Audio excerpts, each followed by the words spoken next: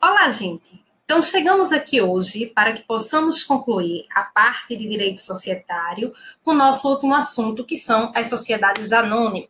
Só ajeitar um pouquinho aqui a câmera, né? O ao vivo a gente sempre faz assim. Bom, não é exatamente ao vivo, né? Mas vocês entenderam, estou gravando aqui. Gente, então vamos terminar com a nossa sociedade anônima. Deixa eu ratificar um comentário que eu já tinha feito aqui. Sempre que eu pego qualquer curso preparatório, onde a gente tem a sociedade, eu sempre dedico mais tempo à sociedade limitada. Se você prestar atenção, eu terei dedicado mais tempo à sociedade limitada do que à anônima. Por quê? Eu lhe dizia isso na aula passada. Na sociedade limitada, eu consigo bater no peito e, ao final, dizer para você que eu entreguei toda a revisão de sociedade limitada. Que eu tratei com você, ou pelo menos eu mapeei com você, os 40 e poucos artigos que você precisa saber em termos de limitado. Mas para as companhias, gente, que são as SAs, eu não vou mentir, porque não dá para a gente fazer isso. Se eu pegasse todas as horas-aulas que eu tenho aqui somente para falar sobre companhia, provavelmente eu ainda deixaria alguma coisa de fora.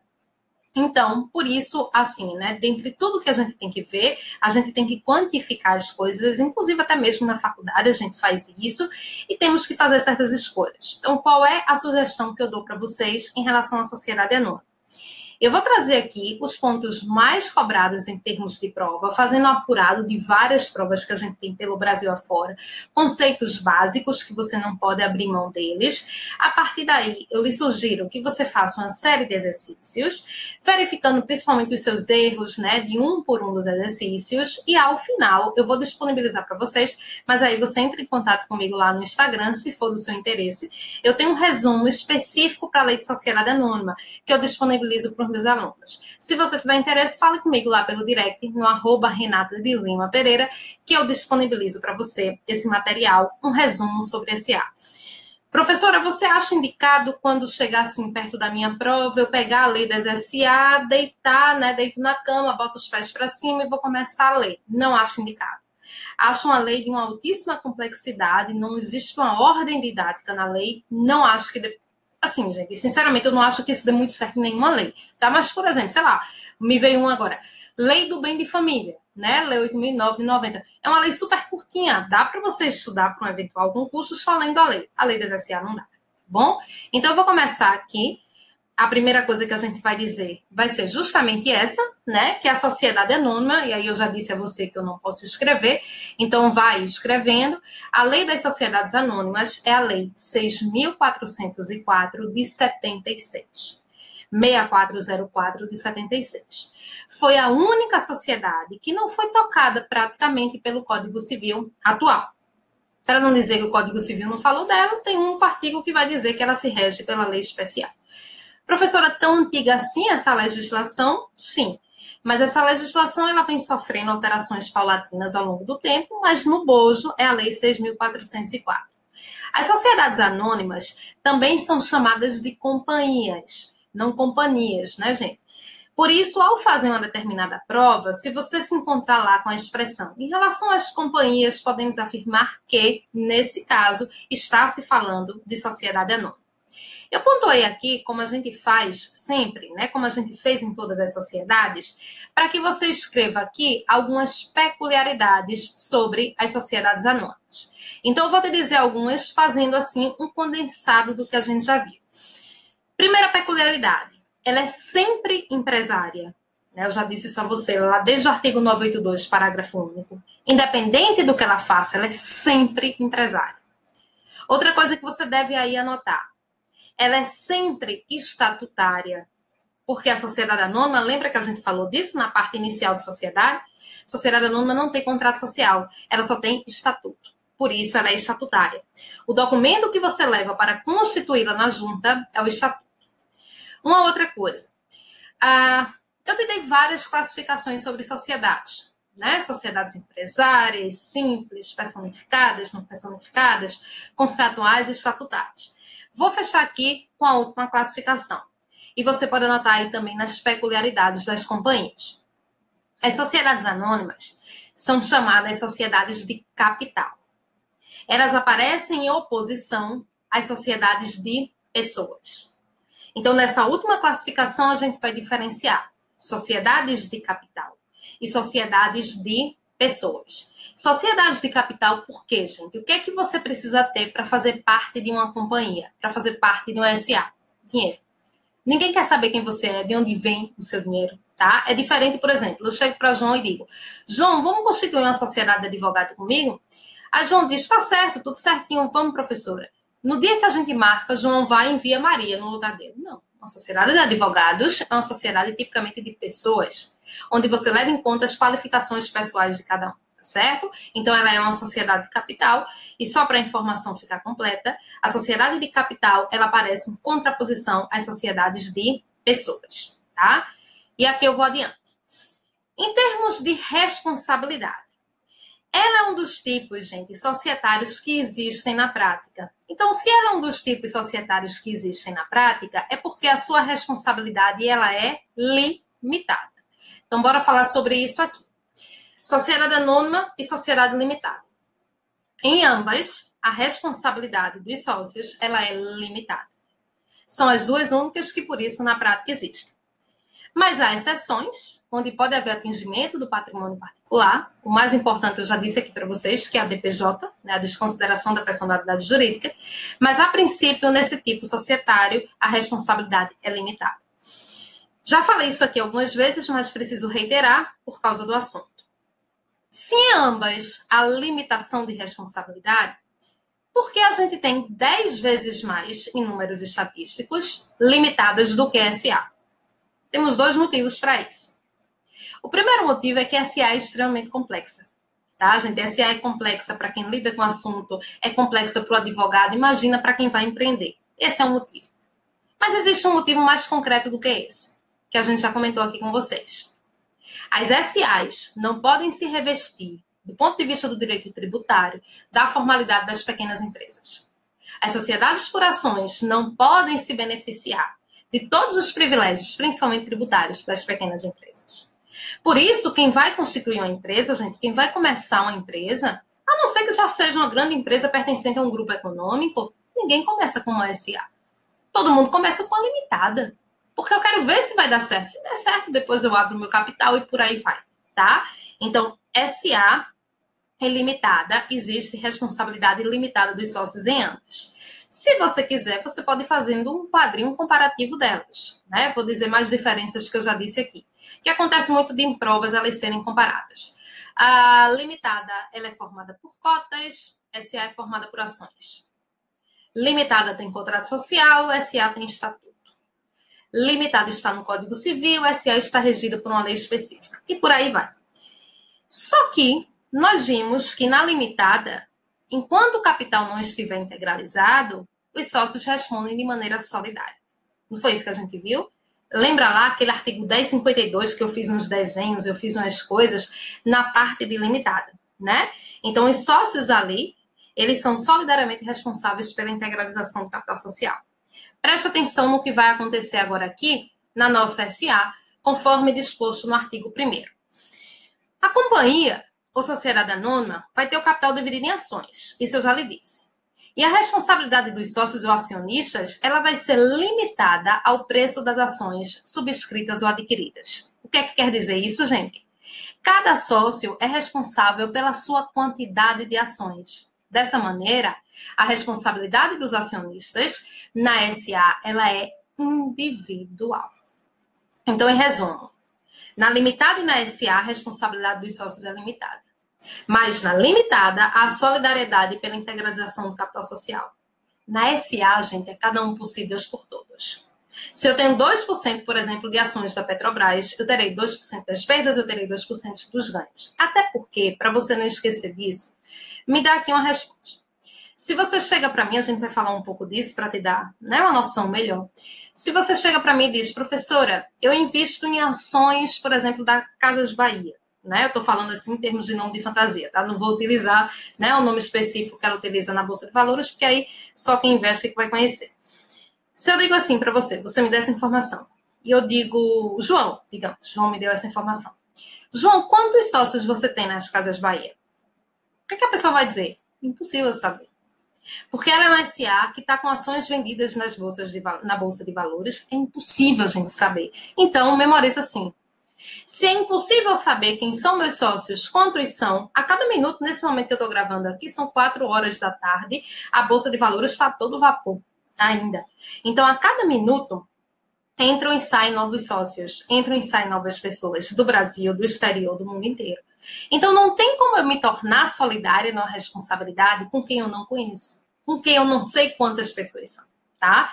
Então, isso é muito específico e importante da responsabilidade delas, da limitada e da SA. SA, cada um por si, Deus por todos. Se eu tenho, repito, 2% de ações da Petrobras, eu tenho 2% das perdas, eu tenho 2% dos ganhos, e a história acaba por aí, certo? A gente vai entrar um pouquinho mais para frente nessa história do mercado de ações, no que você precisa saber, tá? Até que ponto isso costuma ser cobrado, assim, numa prova, obviamente, de direito, que é para isso que a gente está aqui preparando vocês.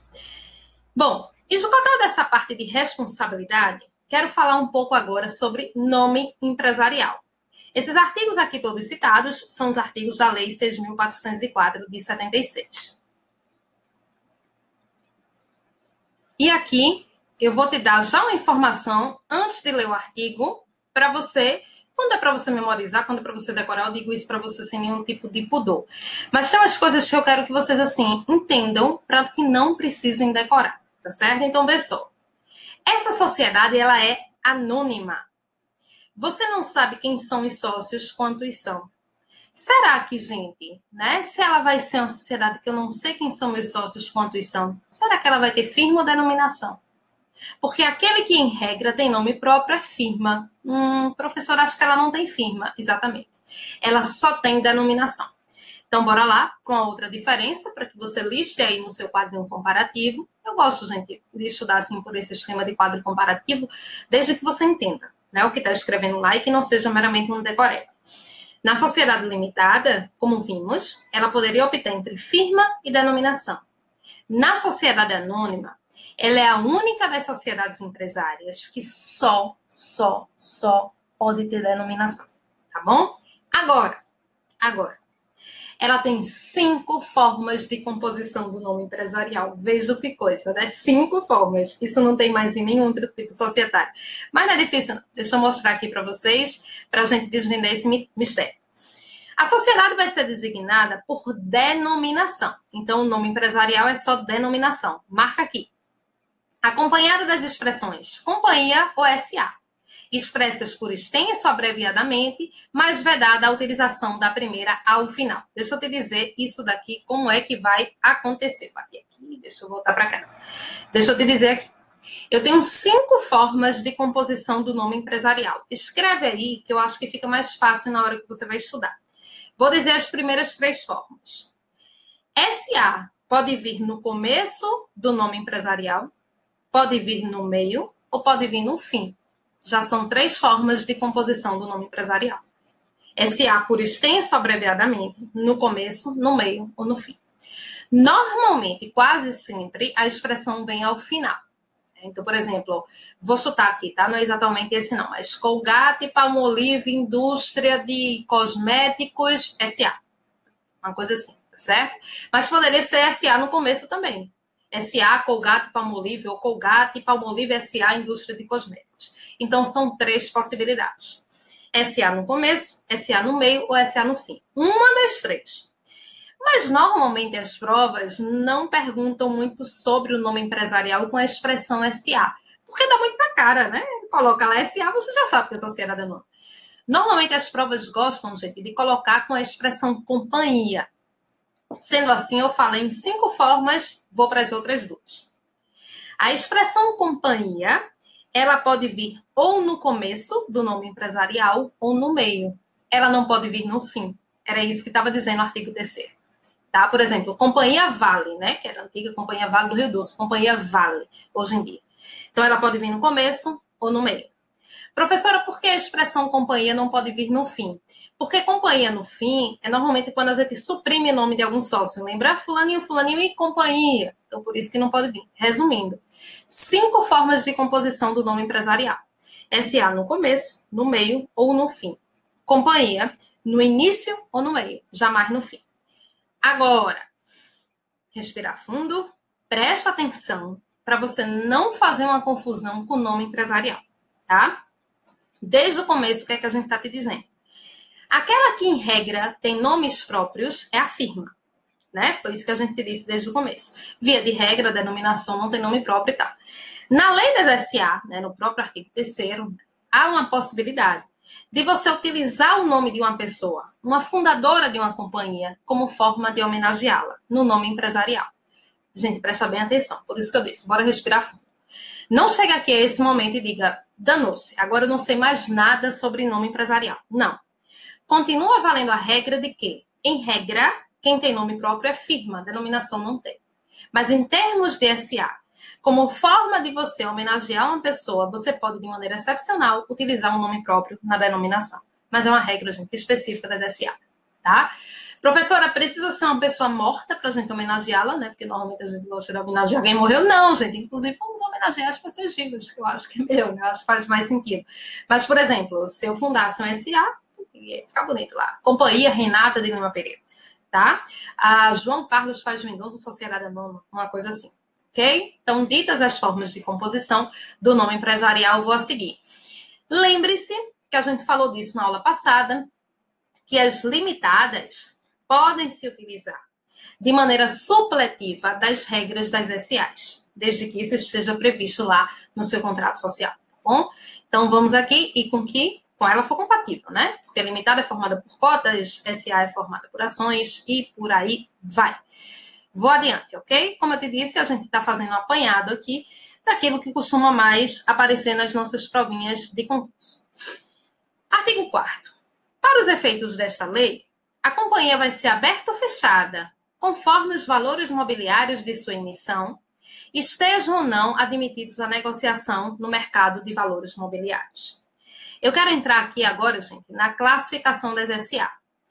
Tem uma classificação que não está aqui, porque ela é muito mais atinente ao direito administrativo, né? Não vamos misturar aí os campos e os ramos, mas não me custa dizer porque ela está em nossa lei. Então, antes de eu ir para esse artigo 4º, deixa eu te lembrar o seguinte.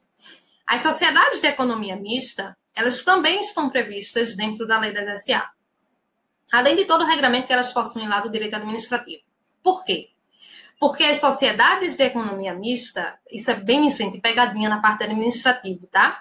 As sociedades de economia mista, no seu funcionamento, na sua montagem, na sua razão de ser, elas precisam ser necessariamente sociedades anônimas. Toda sociedade de economia mista precisa ser uma sociedade anônima. As empresas públicas, elas podem escolher a forma societária que elas queiram ter. Normalmente, elas acabam sendo também sociedade anônima, sabe?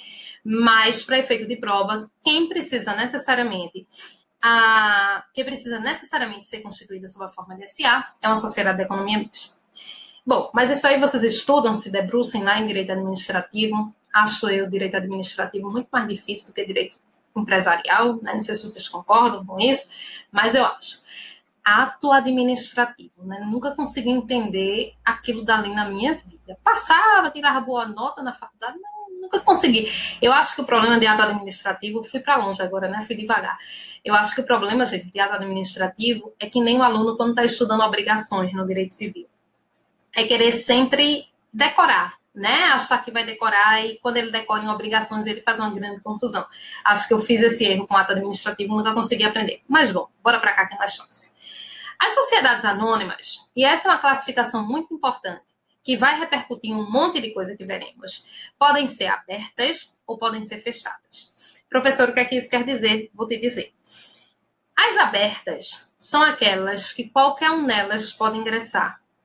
São aquelas que o acesso delas está franqueado a todos. Por exemplo, eu garanto que você, mesmo sem assim saber da técnica, você consegue chegar a essa conclusão. Eu falei há pouco aqui de Petrobras, Magazine Luiza, Casas Bahia, sempre utilizando de marca, de nome de fantasia, para ficar mais fácil vocês entenderem. Quem de nós pode fazer parte de uma companhia dessa? Qualquer um, tá? Qualquer um. Basta você ter dinheiro para nela ingressar. Então, a companhia ela está aberta. Seus valores mobiliários, principalmente as ações, estão sendo vendidos em ambiente de bolsa de valores. Ela está aberta para qualquer um delas ingressar. Professor, eu não posso não. Você diz que é qualquer um, mas eu não posso não. Sabe por que eu não posso? Porque eu não tenho dinheiro sobrando. Gente, ninguém tem dinheiro sobrando. Talvez se você perguntar Bill Gates, mas ninguém tem dinheiro sobrando. É uma questão de você se organizar, tá? Existem ações, a gente vai falar um pouquinho melhor disso. Você pode entrar no mercado de ações com ações a partir de centavos. Literalmente a partir de centavos. Agora, também você não acha que vai ficar rico investindo em centavos, né? Mas é uma forma de você começar. Depois a gente vai falando um pouquinho mais disso. Então, resumindo a história. As SAs abertas são aquelas que têm o amplo acesso a quem quiser nelas ingressar. Você chega lá, compra suas ações, entra, ninguém vai perguntar quem você é, de onde você veio, nada. Pronto. Nas fechadas, não. Nas fechadas, você tem que verificar o estatuto para saber como você pode ingressar nelas.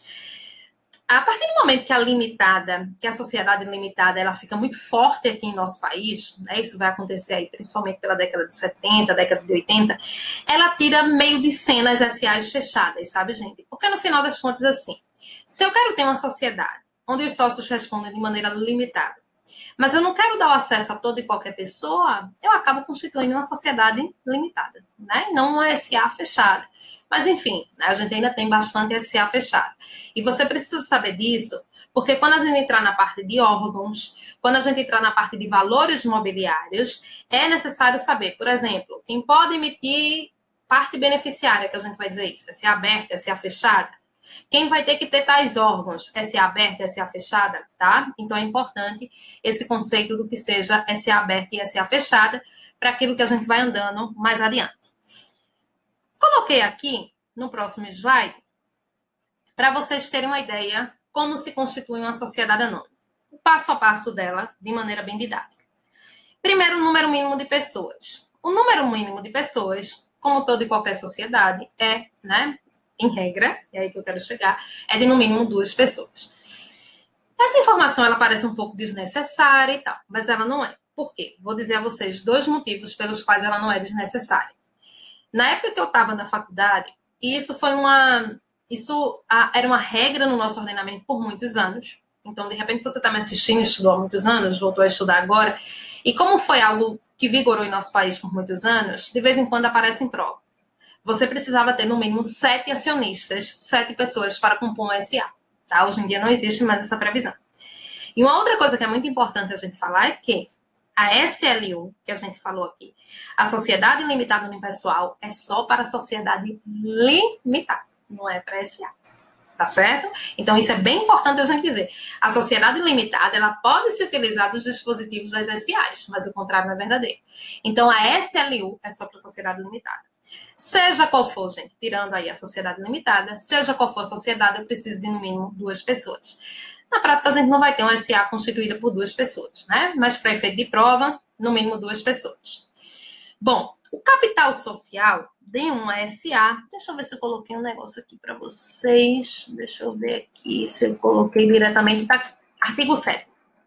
O capital social de uma SA, e aí eu volto para o outro slide, eu já tinha falado nisso, nesse ponto ele é específico igual à limitada, ele pode ser formado por dinheiro ou por bens, ok? Então marca aqui, dinheiro ou bens. Quer dizer, tanto na limitada quanto na anônima, não é possível um sócio que entre apenas com serviço, com know-how. A gente já tinha falado disso. Agora, aqui existe um mínimo de ações que vão entrar em forma de dinheiro.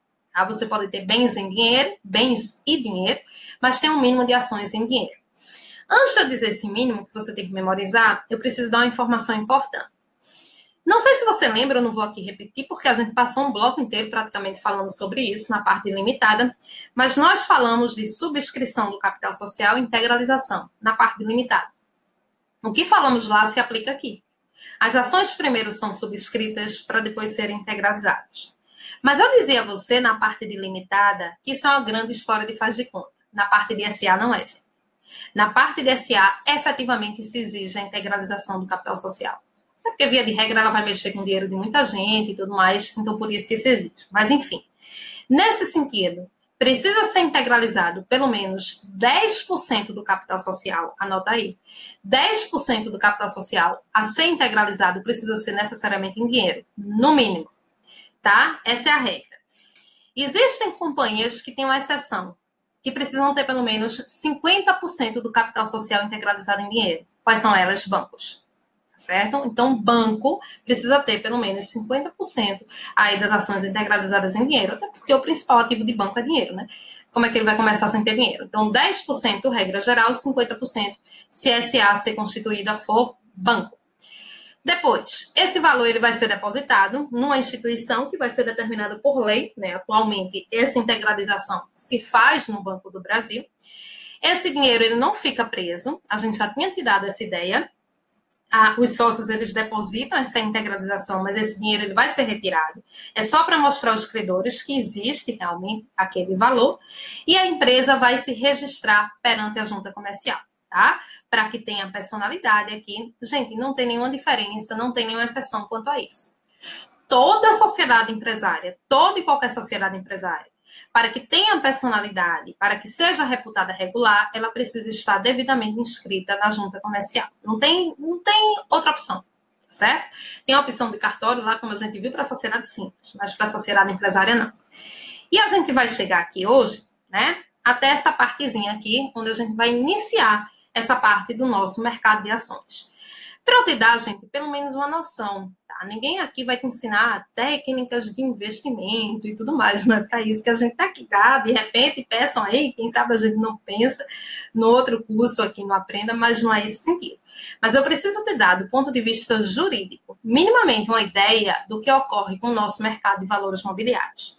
Eu preciso te entregar nesse momento, pelo menos até o ponto em que as provas em geral costumam cobrar de vocês, tá certo? Ninguém aqui tá fazendo uma prova, né? Você vai ser operador da Bolsa de Valores. Mas você, ou até vai, né? Mas, assim, não é essa a nossa intenção, né? Nossa intenção é te mostrar o seguinte. O que você tem que saber, minimamente, é isso daqui. O mercado de valores mobiliários, a gente tem aqui no nosso país, é o mercado de valores mobiliários, por quê? A gente vai ver que ações, debêntures, partes beneficiárias, bônus de subscrição, todos esses são bens móveis. Então, por isso que a gente chama de mercado de valores mobiliários. O mercado de valores mobiliários engloba a bolsa de valores e o mercado de balcão, ok? Então, bora entender isso daqui um pouquinho. Gente, hoje em dia está na maior moda, né? Essa coisa de investimento, né? Esse danadinho aqui facilitou muito a nossa vida em várias coisas, entre elas essa possibilidade de investimento. Então, bora entender um pouquinho isso daqui. A bolsa de valores, ela é um órgão físico. Se eu disser assim, eu vou para São Paulo, quero ir lá no Bovespa, né? Quero lá ter uma vista bem bonita do Bovespa, que você pode olhar toda a Avenida Paulista, toda ali São Paulo e tudo mais. Então, a Bolsa de Valores, ela existe fisicamente, ok? O mercado de balcão não é um lugar físico que eu posso ir. É um conceito que a gente traz por exclusão. Como assim?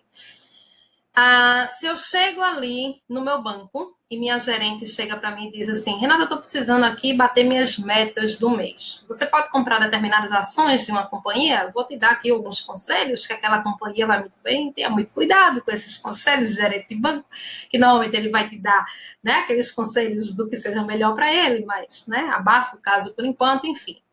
Naquele momento ali, gente, minha transação ela está sendo feita no que a gente chama de mercado de balcão. Se eu estou dando aula aqui, quando eu acabo vendo um corretor para me vender ações aqui na minha casa passa a ser um mercado de balcão, tá bom? Então, a Bolsa de Valores, fisicamente, é um órgão que existe, é o Bovespa. O mercado de balcão é um conceito por exclusão, não é uma coisa tangível. Em ambas, você tem transações principalmente de ações, que são o principal tipo de valor mobiliário que a gente tem. A Bolsa de Valores, ao contrário do que muita gente pensa, ela não é um órgão pertencente ao poder público. A Bolsa de Valores eu quero investir em ações, professor, o que é que eu vou fazer? Posso pegar aqui no meu celular, primeiro estude, que não é um negócio fácil, mesmo que você tenha uma boa corretora e tudo mais, mas saiba onde você está colocando seu dinheiro. A junção dessas corretoras forma a Bovespa. Quer dizer, para efeito de prova, a Bolsa de Valores é um órgão de natureza jurídica de direito privado, tá? Então, é a nossa Bovespa. No entanto, né, a Bovespa, que é a principal bolsa de valores da América Latina, uma das 10 principais do mundo, hoje em dia a gente só tem operações realmente vendendo ações e tudo mais com Bovespa, né, a gente tem em várias cidades. A de Recife, hoje em dia, é um centro cultural da Caixa Econômica, e é engraçado se um dia você estiver aqui no nosso carnaval do Recife Antigo, e com certeza você já deve ter visto, é um lugar, gente, que serve para o povo marcar encontro no carnaval e ninguém se encontra. Porque todo mundo marca um encontro na Bolsa de Valores. É um prédio bem bonito, assim, sabe? Imponente no centro aí da cidade, e todo mundo marca lá. Enfim, é um centro cultural, hoje em dia, da Caixa Econômica. a gente só tem a operação realmente Ibovespa lá em São Paulo. Então, vejam só, ela não é um órgão que pertence ao governo, tá certo? Não é. É uma natureza, como eu disse, a junção das corretoras, a sua natureza de direito privado. Porém, o Bovespa, ele é o Ibovespa, ele é o termômetro de nossa economia. Então, por isso que você vê, vou assim, acordei, vou ler lá o jornal. O Ibovespa subiu, o Ibovespa desceu, William Bonner vai dizer isso no jornal todas as noites e por aí vai. Por quê? Porque ele é o termômetro da economia brasileira. Ele mostra que nossa economia está aquecida ou está desaquecida. A quantidade de pontos do Ibovespa e tudo mais. Com isso, o governo ele tem que estar de perto e ele tem que fiscalizar o que acontece no ambiente de bolsa de valores. Por quê? Uma crise na bolsa de valores é a derrocada da economia do país. Com isso, ele cria uma autarquia especial para esse tipo de fiscalização, que é a Comissão de Valores Mobiliários. Então, a CVM, a Comissão de Valores Mobiliários, ela tem por funções aqui fiscalizar o que é feito na Bolsa de Valores. Ela tem por função regulamentar. Ela é os olhos, gente. Ela vai constituir os olhos do governo naquilo que é feito no ambiente de Bolsa de Valores. Então, ela tem por funções regulamentar, fiscalizar, punir. Não são punições criminais, tá certo? Não são punições criminais, são punições do ponto de vista administrativo.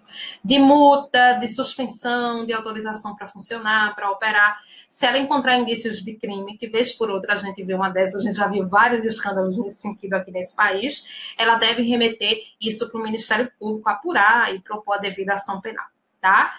Bom, para a gente acabar aqui, a gente vai deixar o gancho para a parte de valores mobiliários, na nossa última parte sobre SA. É muito extenso aí esse assunto e tudo mais para a gente falar. É bom que a gente diga o seguinte: tanto as companhias abertas quanto as companhias fechadas, elas precisam se registrar na junta comercial. Ambas, todas as sociedades precisam. Mas anota aí que as abertas só podem funcionar com a autorização da CVM, tá? Porque elas vão lidar com o dinheiro de muita gente. Então, as abertas só podem funcionar com a autorização da CVM. Elas têm esse ponto a mais de burocracia. Se você disser assim, aí o que é que acontece muito de aparecer em provas? Perguntinha já bem típica, bem batida. As juntas comerciais precisam autorizar as SAs abertas a funcionar. Não tem nada disso. Junta comercial não autoriza ninguém a nada. Junta comercial simplesmente registra. Quem tem que autorizar é a CVM para que a aberta possa funcionar. Na próxima aula a gente dá uma melhor noção dessa coisa de investimento de ações e tal, minimamente assim, para que você, para que o assunto fique mais palpável. Terminaremos SA e a gente faz alguns exercícios e terminamos de vez esse assunto. Até o nosso próximo encontro.